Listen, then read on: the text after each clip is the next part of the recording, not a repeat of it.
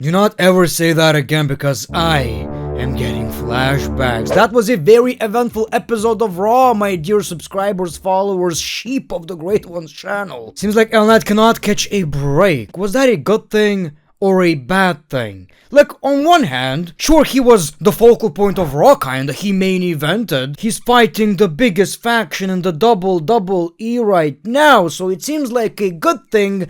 On the other hand, he's on the losing end of things again, and the show closed with him getting beaten up. A lot of speculation, people. What does that mean? What does that mean for Los Angeles Knight? Some people are speculating he's leaving the WWE. Some people are speculating Royal Rumble winner. So let me know in the comments below right now, my dear followers, my dear sheep of the Great One's channel. What does all of that mean for LA Knight? There's a lot of things to talk about. The mystery man, Gunther versus Cena, which people, I turned to the bad side, the dark side. I kind of changed my mind.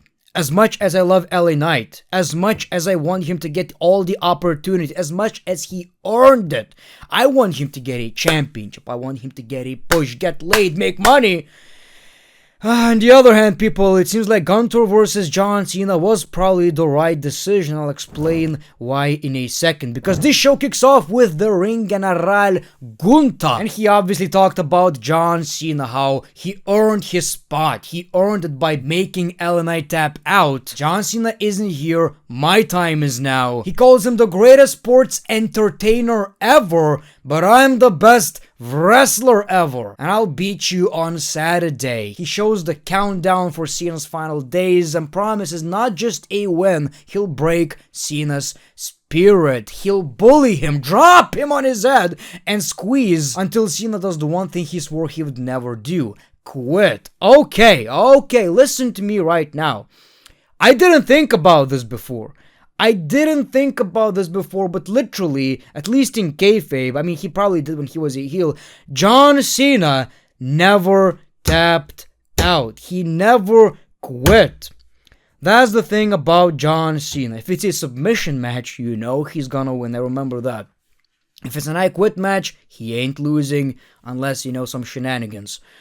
So that made this match that much more interesting to me, because on one hand, you expect Gunther to win because on your way out, you lose. You lose your retirement match. That keeps happening over and over again in the WWE. But the idea of Gunther promising to make Cena tap out, it makes this match that much more unpredictable, and I kinda F with that. It depends on what kind of ending to John Cena's story you want. You could see John Cena winning this match, you know, hero, Cena wins LOL, or you could see the sad ending, which is Gunther winning, which is kind of a bittersweet, right?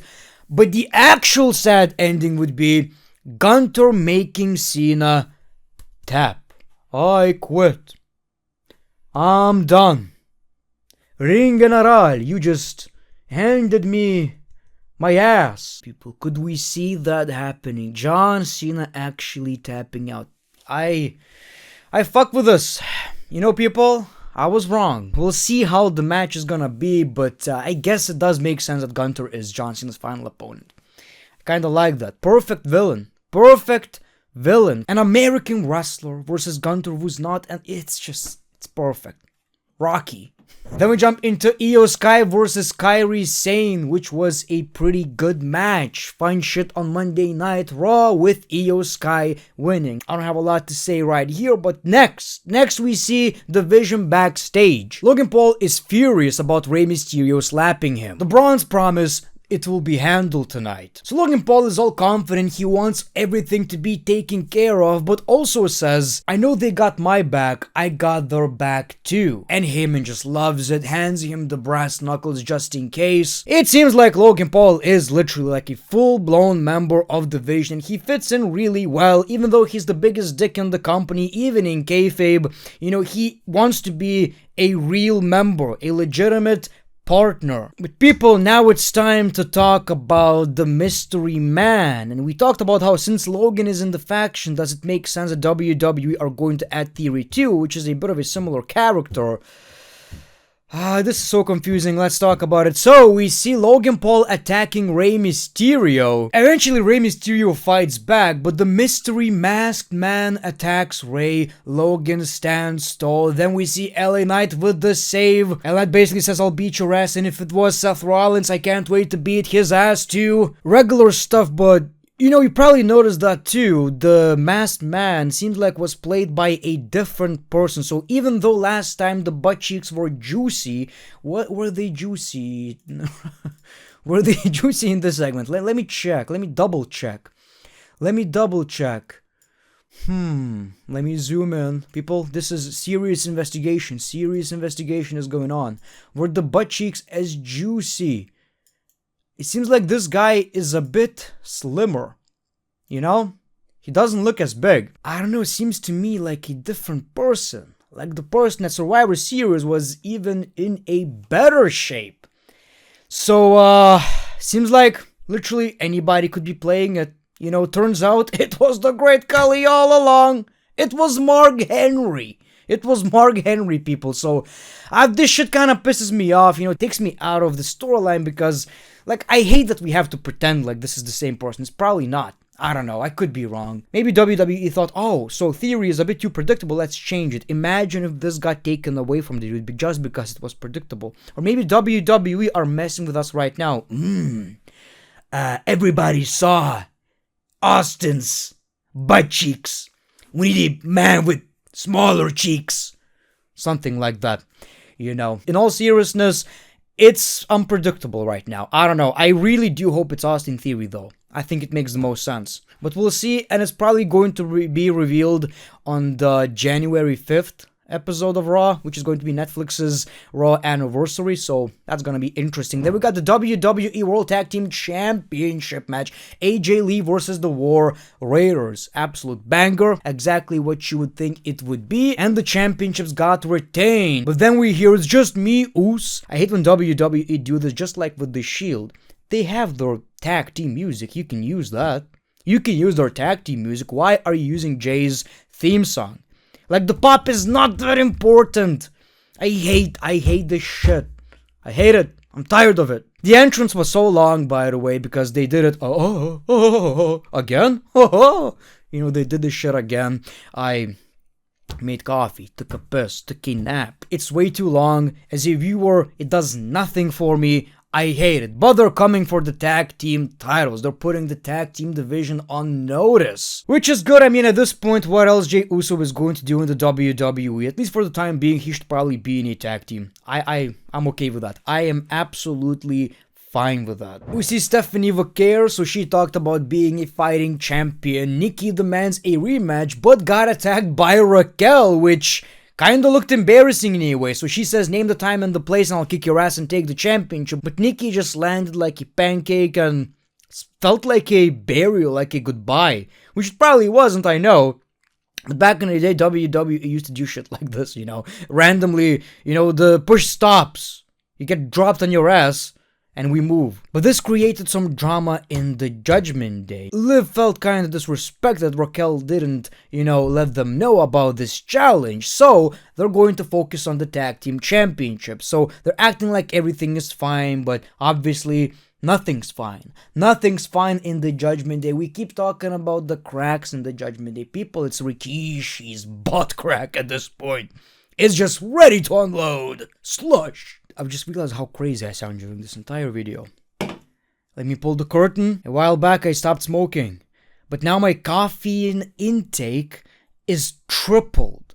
So I don't know how healthier I got. It's probably worse. We got Lyra versus Roxanne Perez with Liv Morgan, and that's exactly how Roxanne won the match, with the help of Liv Morgan. I guess WWE are basically telling a story that, sure, there are problems in the Judgment Day, but on the surface, it looks like everything is going just fine. They're winning matches, they're getting championship matches. It's better than ever before. But wait till Liv Morgan kicks Dom in the cojones. I refuse to believe WWE brought back Liv Morgan fully as a heel. Doesn't make sense to me. Doesn't make much sense to me. But then, people, we got LA Knight versus Logan Paul. So, we kinda knew how this match is going to end. It's obvious. It's Raw. The Vision arrives. And sure they did. You know, LA Knight is doing just fine. But then the mystery man comes again with the curb stomp, frog splash, and Logan wins. The Vision destroys LA Knight. We hear a lot of boos. Paul Heyman hypes up everybody. Then Braun Breaker takes the microphone and says, "Where is CM Punk?" At Saturday night's main event, I don't want to face this fake ass CM Punk who's a nice guy all of a sudden. I want to face the 2010, 11, 13 version of CM Punk, the real threat. He wants to be that version, so his win has meaning. I'll destroy you, hospitalize you, Braun break you, take your championship, and even your wife. Absolute menace to society. I love that WWE are testing the waters with Braun Breaker every week, allowing the guy to actually cut a promo,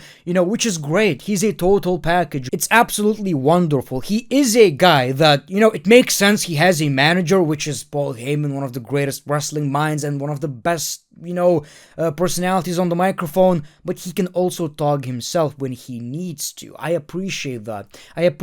He has something that Brock Lesnar didn't. I also love the introduction. Braun! And then backstage, LA Knight gets attacked again by the Vision. Tsunami on the top of the car. What does that mean? Again, let me know in the comments below. Is it good or bad? You never truly know. Recently, I saw a post. Maybe I got it was a notification on my phone of my Reddit basically saying Triple H saved LA Knight's career. When you actually think about it, he did. If Vince McMahon stuck around, he would be Max Dupree right now. Probably wouldn't even be Max Dupree. He wouldn't be in the company with that gimmick. So, in a way, sure. It's really, I don't know how to feel about this shit anymore, people. He's main eventing shows, yet he keeps losing all the time. He's like the current Dolph Ziggler of the WWE. But I will agree with this one. Gunther versus John Cena, it does make sense. I think both scenarios would have been cool, but it does make sense, and I do understand why WWE did it. So, a lot of things happened on this episode of Raw. Obviously, the mystery man theory. Mystery. We don't know who it is. Let them comment below. What do you think it is? And also, people, I have a second channel where I will be posting more laid-back content, alright? Just having fun. Just shaking our Coco Jumbos. Check it out. Thank you very much. The Great One. Peace, love, and hugs. It's been a pleasure.